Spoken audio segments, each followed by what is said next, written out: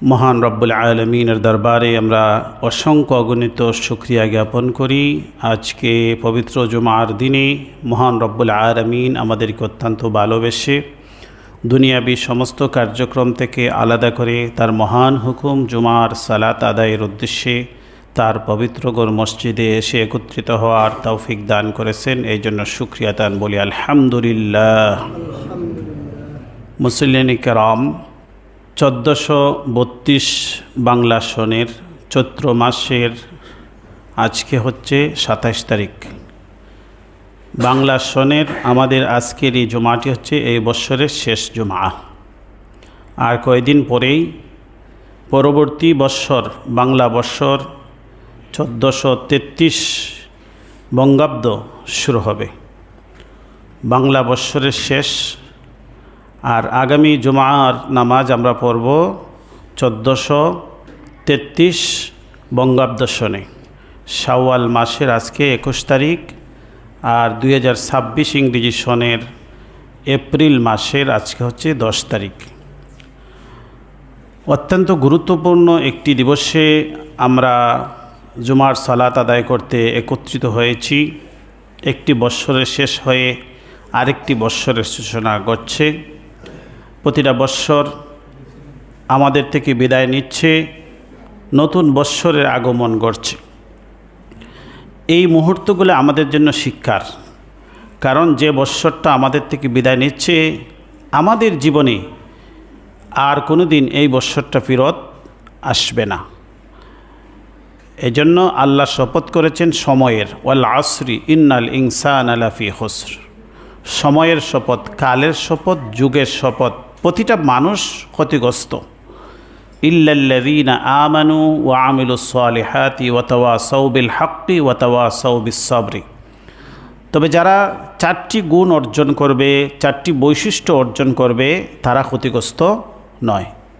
এই সময় যে আমাদের থেকে যাচ্ছে আর নতুন সময়ের আগমন ঘটছে, এই সময়টাকে কাজে লাগিয়ে যারা ঈমান আনয়ন করলো, আমলে সালেহা করলো, পারস্পরিক একজন আরেকজনকে হকের দাওয়াত দিল আর পারস্পরিক সবরের ওসিয়ত করলো, তারাই কেবলমাত্র ক্ষতি থেকে রক্ষা পেল। আর না হয় সমস্ত মানুষই ক্ষতিগ্রস্ত, সব মানুষ লসের মধ্যে আছে। এই বৎসরের বাংলা বৎসর শেষ, নতুন বর্ষের সূচনাকে কেন্দ্র করে আমাদের সমাজের মধ্যে বিভিন্ন ধরনের কুসংস্কার প্রচলিত রয়েছে। এই সমস্ত কুসংস্কার থেকে যদি আমরা বেঁচে থেকে নিজেদের ঈমান আমলে সালেহাকে রক্ষা করে যদি আমরা চলতে পারি, তাহলে আমরা এই ক্ষতি থেকে বাঁচতে পারব। আর না হয় আমরাও ক্ষতিগ্রস্তদের অন্তর্ভুক্ত হয়ে যাব। বাংলা সন, বাংলা বর্ষ, এটা মুসলিম ঐতিহ্যের সাথে এর সম্পর্ক। বাদশাহী আমলে যখন এই ভারতবর্ষ মুসলমানরা শাসন করতেন, তখন হিজরি বর্ষ অনুযায়ী, হিজরি পঞ্জিকা অনুযায়ী রাষ্ট্রের যাবতীয় কাজ পরিচালিত হতো। রাষ্ট্রের জনগণ তাদের ফসলের যে খাজনা দিতেন, এই খাজনা আদায়ের সুবিধার্থে এই হিজরি বর্ষটাকে সৌর বর্ষে রূপান্তর করা হয়। যেহেতু হিজরি বর্ষের যে মৌসুম সেটা ঠিক থাকে না, সৌর বর্ষের সাথে হিজরি বৎসরের 11-12 দিনের একটি ব্যবধান রয়েছে, যার কারণে দেখা যায় প্রতি 30 বৎসর পরে গিয়ে 1 বৎসর পরিবর্তন হয়ে যায়, 1 বৎসর পরিবর্তন হয়ে যায়। মাসগুলা মৌসুমের সাথে, ফসলের সাথে ঠিক থাকে না। এই জন্য যখন এই ভারতবর্ষের সম্রাট ছিলেন সম্রাট আকবর, সম্রাট আকবরের আমলে এসে এই হিজরি বর্ষটাকেই সৌর বর্ষে রূপান্তরের উদ্যোগ গ্রহণ করেন। সম্রাট আকবর 1584 খ্রিস্টাব্দে, 1584 খ্রিস্টাব্দে তার দরবারের একজন জ্যোতিষবিদ বিজ্ঞানী আমির ফতুল্লাহ সিরাজি তাকে দায়িত্ব দেন যে হিজরি চন্দ্রবর্ষকে যেন সৌর পঞ্জিকায় রূপান্তর করা হয়, যাতে করে প্রজারা যে তাদের ফসলের খাজনা দেন এটা যেন মৌসুমের সাথে ঠিক থাকে। কারণ সৌরবর্ষর মৌসুমটা ঠিক থাকে, মাস হিসাবে মৌসুমের সাথে একটি মিল থাকে, কিন্তু হিজরি বৎসরের মাসগুলা মৌসুমের সাথে ঠিক থাকে না। এই জন্য আমরা দেখতে পাই যে আমরা যে রমজান মাসে রোজা রাখি এটা প্রতি বৎসরে 10 দিন করে এগিয়ে যায়। তাহলে দেখা যায় কখনো শীতের সিজনে আমরা রোজা রাখি, কখনো গরমের সিজনে রোজা রাখি, এটা প্রতি বৎসরে এটা চেঞ্জ হইতে থাকে। কিন্তু সৌরবর্ষটা কখনো সিজনটা মৌসুমটা পরিবর্তন হয় না।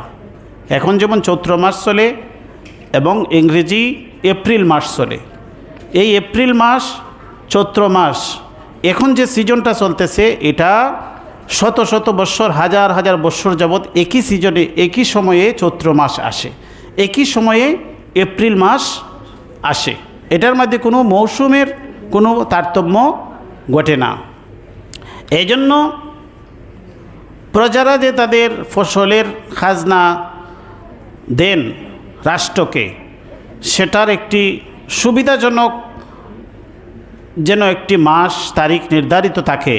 এই জন্য সম্রাট আকবর 1584 খ্রিস্টাব্দে, হিজরি সন তখন ছিল 992 হিজরি, 992 হিজরিতে তার দরবারের একজন জ্যোতিষবিদ আমির ফতুল্লাহ সিরাজি তাকে দায়িত্ব দিলেন যে হিজরি বৎসরটাকে সৌরবর্ষে রূপান্তরিত করার জন্য। এই আদেশ পেয়ে তিনি অনেক গবেষণা করে তিনি একটি গবেষণাপত্র বাদশার দরবারে জমা দিলেন। হিজরি চন্দ্রবর্ষকে তিনি সৌরবর্ষে রূপান্তর করে দিলেন। আর এর সূচনা ধরা হলো বাদশাহ যখন আদেশ করেছিলেন সম্রাট আকবর, সেই সময়টা ছিল 992 হিজরি, অর্থাৎ 1584 খ্রিস্টাব্দ। এর চাইতে আরও 29 বছর আগে সম্রাট সিংহাসনে আরোহণ করেছিলেন। সেই সময়টাকে প্রথম ধরে এই বাংলা সনটার প্রচলন শুরু করা হয়। সেই সময়টা ছিল 963 হিজরি। 963 হিজরি বর্ষের ছিল মহরম মাস।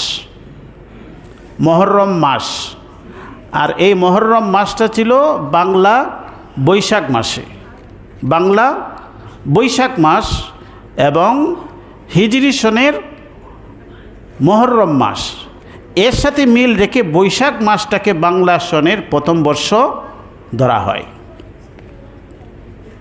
এর আগে যে ভারতবর্ষে প্রচলিত যে পঞ্জিকা ছিল সেখানে চৈত্র মাস ছিল তাদের প্রথম মাস, বৎসরের প্রথম মাস ছিল চৈত্র মাস। আর এই বৈশাখ মাস হচ্ছে জনগণের ফসল কাটার মাস। বৈশাখ মাসে মানুষ ফসল সংগ্রহ করেন।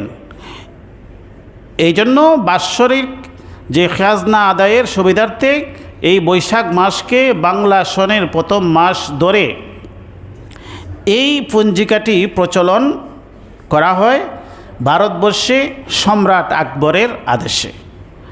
তাহলে আমরা দেখতে পাই হিজরি সনেরই একটি দ্বিতীয় সংস্করণ। হিজরি সন ছিল চন্দ্র পঞ্জিকা, আর এটাকে সৌর পঞ্জিকায় রূপান্তর করা হয়েছে, এটাই হচ্ছে বাংলা সন। বাংলা সন বর্তমানে চলে 1432 বঙ্গাব্দ, আর 3-4 দিন পরে 33 বঙ্গাব্দ হয়ে যাবে। আর হিজরি চলে 1447। তাহলে 47 এবং 32-এর মধ্যে কত বৎসর ব্যবধান? 47 আর 32, 15 বৎসর। এই যে 15 বৎসরের ব্যবধানটা কিভাবে হলো? 15 বৎসরের ব্যবধানটা কিভাবে হলো? 1447 হিজরি সন আর বাংলা হচ্ছে 1432, আর কয়দিন পরে 33 সন হবে। তাহলে এই যে 14 এবং 15 বৎসরের ব্যবধানটা কিভাবে ঘটল? ঘটেছে এই 500 বৎসরের দীর্ঘ পরিক্রমায়। কারণ প্রতি 100 বৎসরে গিয়ে 3 বৎসর চন্দ্রবৎসরটা কমে যায়, যেহেতু প্রতি বৎসরে 11 থেকে 12 দিন কমে যায় চন্দ্রবর্ষ। কারণ হচ্ছে সৌরবর্ষ হচ্ছে 365 দিনে, সৌরবর্ষটা 365 দিনে, আর চন্দ্রবৎসর হয় 354 দিনে, 354 দিনে। তাহলে এখানে 11-12 দিনের একটি ব্যবধান হয়। প্রতি বৎসর যদি 11 থেকে 12 দিন কমে যায়, তাহলে 30 বৎসরে গিয়ে 1 বৎসরের ব্যবধান হয়। 30 বৎসরে গিয়ে 1 বৎসরের ব্যবধান হয়, অর্থাৎ চন্দ্রবৎসরটা কমে যায় আর সৌরবৎসরটা বেড়ে যায়। এইভাবে যদি প্রতি শতাব্দীতে এই 3 বৎসর করে বাড়তে থাকে, তাহলে 500 শতাব্দীতে গিয়ে কী হয়? 3-5 15 বৎসর। এই যে 15 বৎসরের ব্যবধানটা এইভাবে হয়েছে।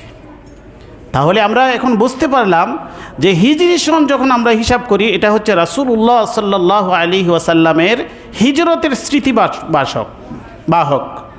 রাসূলুল্লাহ সাল্লাল্লাহু আলাইহি ওয়াসাল্লামের হিজরতের স্মৃতিবাহক সন হচ্ছে হিজরি সন। এখন বাংলা সনটা কিসের স্মৃতি বহন করে? বাংলা সন 1432 বৎসর আগে কি ঘটনা ঘটেছিল, এটার কোনো ইতিহাস কারো জানা আছে? নাই। তাহলে 1432 কেন? হিজরি সনের তো একটি ইতিহাস আছে। আবার আমরা যেটাকে খ্রিস্টাব্দ সন বলি, 2026, এই 2026-এর একটি ইতিহাস আছে না? 2026 বৎসর আগে যারা এই পঞ্জিকা তৈরি করে, হযরত ঈসা আলাইহিস সালাতু ওয়াস সালামের জন্ম থেকে এটার একটা হিসাব ধরা হয়েছে। এই জন্য এই সনটাকে খ্রিস্টাব্দ বা ঈসাই সন বলা হয়। বাংলা সন 1432 বা 33 বৎসর আগে কী এমন ঘটনা ঘটেছিল? ঘটনা কোনোটাই নয়, ঘটনা হিজরত। ঘটনা হচ্ছে কি? হিজরত। যেমনভাবে হিজরি সনটা রাসূলুল্লাহ সাল্লাল্লাহু আলাইহি ওয়াসাল্লামের হিজরতের স্মারক, ঠিক তেমনিভাবে বাংলা সনটাও রাসূলুল্লাহ সাল্লাল্লাহু আলাইহি ওয়াসাল্লামের হিজরতেরই স্মারক। ওইটা পরম্পরা চলে আসছে চন্দ্র হিসাবে, হিজরি সনটা পরম্পরা চলে আসছে চন্দ্র বৎসর হিসেবে। আর এই বাংলা সনটা এটাও এই চন্দ্রবর্ষকে সৌরবর্ষে রূপান্তরিত হয়ে 500 বৎসর যাবৎ রূপান্তরিত বর্ষ চলছে। এই জন্য এই 500 বৎসরে এসে এই 14 থেকে 15 বৎসরের ব্যবধান ঘটেছে। অতএব আমরা যদি ইতিহাস তালাশ করি, তাহলে দেখব যে হিজরি সন আর বাংলা সন একই সন। হিজরি সন এবং বাংলা সন একই সন। ওইটা হচ্ছে চন্দ্রবর্ষ আর এটা হচ্ছে সৌরবর্ষ। সৌরবর্ষ কেন হলো? যেহেতু এই দেশ, এই ভারতীয় উপমহাদেশ হচ্ছে কৃষি প্রধান দেশ।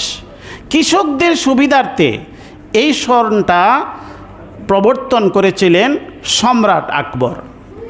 আমির ফুতুল্লাহ সিরাজি এই পঞ্জিকাটা বাদশার নির্দেশে তিনি তৈরি করেছিলেন কৃষকদের সুবিধার্থে। এই জন্য কৃষকরা এই যে বৈশাখ চৈত্র মানে বৈশাখ জ্যৈষ্ঠ আষাঢ় শ্রাবণ ভাদ্র আশ্বিন কার্তিক, এই যে মাসগুলা তারা কিন্তু দেখবেন খুব বেশি স্মরণ রাখেন। আমাদের অনেক সময় বাংলা মাস বললে আমরা বলতে পারি না, যেহেতু যারা চাকরি বাকরি করেন মাস শেষে বেতন পান ইংরেজি মাসে, এই জন্য তাদের অনেকেরই বাংলা মাসটা মনে থাকে না। কিন্তু যারা কৃষি কাজ করেন, কৃষি উৎপাদন করেন, তারা কিন্তু বাংলা মাসটা, বাংলা তারিখটা তারা খুব বেশি স্মরণ রাখেন। কারণ তাদের ফসল লাগানো, ফসল কাটা, এটার সাথে তাদের সম্পর্ক। এই জন্য সম্রাট আকবর কৃষকদের বিষয়টা মাথায় রেখে তিনি এই সনটি প্রবর্তন করেছিলেন। এই জন্য প্রাথমিক অবস্থায় এই সনটার নাম ছিল ফসলি সন। এই সনের নাম কি ছিল? আমরা যেটা এখন বাংলা সন বা বঙ্গাব্দ সন বলি, সেটার প্রাথমিক নাম ছিল কি? ফসলি সন। ফসলের সাথে এটা সম্পর্ক। আবার যেহেতু সম্রাট আকবরের আদেশে এটা চালু করা হয়েছিল, এই জন্য এটার আরেকটা নাম ছিল আকবরী সন। এটার নাম ছিল কি? আকবরী সন। আকবরের আদেশে এটা তৈরি করা হয়েছিল। এছাড়া এটার আরও অনেকগুলো নাম আছে। তাহলে আমরা এখন বাংলা সন বা বঙ্গাব্দ সন যেটা বলি, এটার সাথে মুসলমানদের ইতিহাস জড়িত কি না বলুন। এটার সাথে কি কোনো হিন্দুয়ানি কোনো সংস্কৃতির এটার কোনো সম্পর্ক আছে? এটা মুসলমান মানে মুসলমান বাদশাহ, মুসলমান একজন জ্যোতিষী এটা প্রবর্তন করেছেন। এই জন্য আমাদের সামনে যখন বৈশাখ মাস আসে, পয়লা বৈশাখ আসে, পয়লা বৈশাখের যে সংস্কৃতি যেটা আমাদের সামনে তুলে ধরা হয় সেটা ফেক, এটা নকল, এটা অরিজিনাল নয়। এটা আমাদেরকে ধোঁকা দেওয়ার জন্য, এটা মুসলিমদের ইতিহাসকে ভুলিয়ে দেওয়ার জন্য কিছু সংখ্যক সুযোগ সন্ধানী লোক, বুদ্ধিজীবী, ওরা আদর্শচ্যুত, এদের কোনো নিজস্ব আদর্শ বলতে কিছুই নাই, নিজস্ব ঐতিহ্য বলতে এদের কিছুই নাই, এদের আত্মপরিচয় নাই। এরা এই মুসলিমদের ঐতিহ্যকে চিন্তাই করে মুসলমানদের মাথার উপর ভিন্ন একটি সংস্কৃতি, পৌত্তলিকতার সংস্কৃতি, মূর্তির সংস্কৃতি মুসলমানদের উপর চাপিয়ে দেওয়ার চেষ্টা করেছে। এই জন্য আমাদেরকে সতর্ক থাকতে হবে। বাংলা সনের আমরা বিরোধী হওয়ার কোনো প্রশ্নই আসে না, বাংলা সনের বিরোধী হওয়ার আমরা কোনো প্রশ্নই আসে না, বৈশাখ মাসের বিরোধী হওয়ার আমরা কোনো প্রশ্নই আসে না। কারণ আমরা সবাই কৃষকের সন্তান, আমাদের বাপ দাদা 14 গোষ্ঠী সবাই কৃষক ছিলেন এবং এখনও আমরা কৃষি নির্ভর আমাদের দেশ। অতএব এই বৈশাখ মাসে যদি কোনো সংস্কৃতি তুলে ধরা লাগে তাহলে আমাদের দেশের কৃষি সংস্কৃতি, আমাদের দেশের হাল, আমাদের দেশের চাষাবাদ, আমাদের দেশের লাঙ্গল, আমাদের দেশের জোয়াল এবং কৃষকরা যে সমস্ত কাজগুলা করেন এটার সাথে এই সংস্কৃতির সম্পর্ক, পৌত্তলিকতা, মূর্তির মুখোশ পরা আর মূর্তি নিয়ে লাপালাপি করা, এটার সাথে এই সনের কোনো সম্পর্ক নাই। আপনি ইতিহাস ঐতিহ্য তুলে ধরতে চান, আমাদের দেশের কৃষকের ইতিহাস তুলে ধরুন। কৃষকরা যে যুগ যুগ ধরে পরিশ্রম করেছেন, তাদের ঐতিহ্য, তাদের পরিশ্রম, তাদের সংস্কৃতি আপনি তুলে ধরুন, এতে তো কেউ বাধা দেয় না। এটা তো এইরকমই একটি নিরীহ, একটি সাধারণ একটি প্রচলন ছিল বাংলা নববর্ষ বৈশাখ মাস আসলে।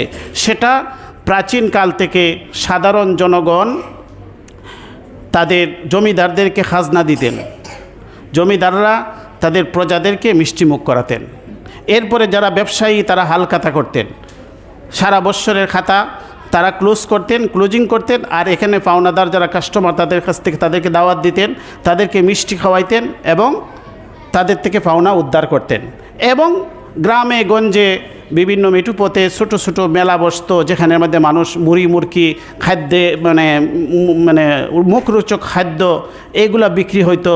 তারপরে মাটির জিনিসপত্র এগুলা এবং কৃষি পণ্যগুলা, হালের সামগ্রী, লাঙ্গল, জোয়াল, কৃষকের মাথার ছাতা এবং বেতের সামগ্রী যেগুলা কৃষিদ্রব্য হিসেবে পরিচিত, এগুলো বেচাকিনি হতো।